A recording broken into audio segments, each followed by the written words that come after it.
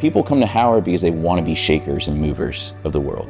They come because there's a lot of opportunity at Howard. And so they just take that zeal, that passion to want to change the world. They're actually guided in campus outreach to say, how do you change people's lives with the gospel? I grew up going to New Haven, Connecticut, walked the campus of Yale, and never knew many Christians there. And so I remember leaving Connecticut 11 years ago and saying, Lord, would you send me to DC to bring up more people, raise up more people who would reach Connecticut? And here is, in many ways, an answer to that prayer. There was a Tuesday intern Bible study that Capital Baptist Church was doing. So college students who were interning in DC from around the country. And so Alex is a member there, and he was telling us about the work that he does for campus outreach at Howard. And I was like, man, I gotta talk to this guy, because I was just about to start my junior year at Yale, first time at Yale as a Christian. And I'm thinking, man, how am I gonna live as a Christian in this place where I once was not a Christian? How am I gonna interact with old friends? How am I gonna share my faith? That afternoon, I was like, why don't we just go and evangelize together? And for the first time, I think Alex really saw what Yale could be like at Howard. Men who are committed to the gospel, who love Jesus, just being bold and sharing their faith.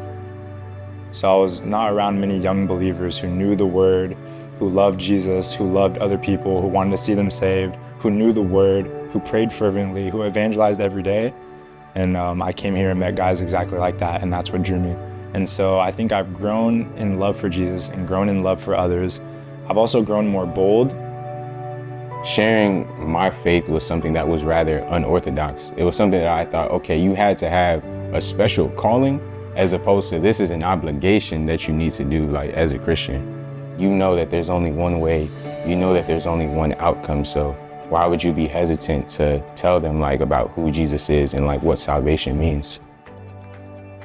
It's encouraging to be tired, to be not even not having the desire maybe one day, but then somebody texts in the group chat, yo, we going out to evangelize 12 p.m. And it's like, all right, we going then. I've went out by myself before and that's good, but when it's 10 dudes and we're all going to the yard and share our faith, it's just so encouraging to have everybody to go out there with you.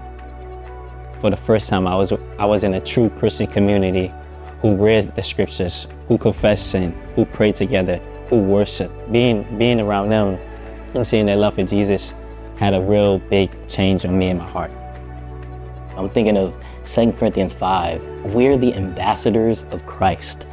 And to think that he's using me to show other people himself, I'm honored, I'm thankful, and it just changes the whole vision for the rest of your life. I saw Christian and Matt McCoy and Alex Chen doing at Howard, going up to students and just being like, hey, you have a few minutes to talk, getting into a conversation about the gospel. Because of what God's been doing at Howard, I would say nothing has been the same in my life and the spiritual environment here at Yale.